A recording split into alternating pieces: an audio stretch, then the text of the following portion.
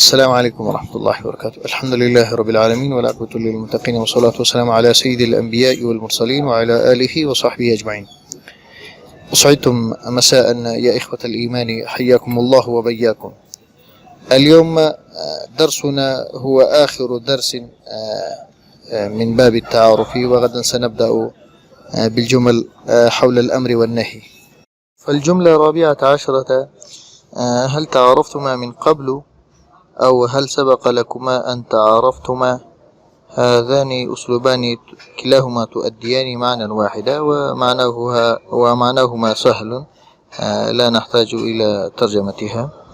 للأسف لما تشرفت بمعرفة الأخ الفاضل من قبل، أي أتأسف على أنني ما تشرفت بمعرفة الأخ المكرم.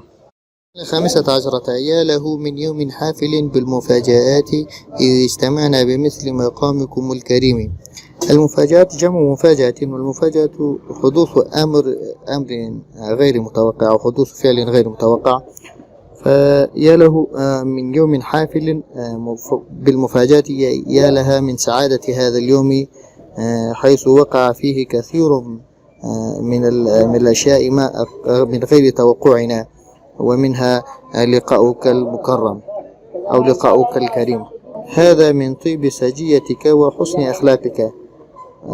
الثاني يجيب: هذا من طيب سجيتك، هذا من طيب وحسن طبيعتك وأخلاقك.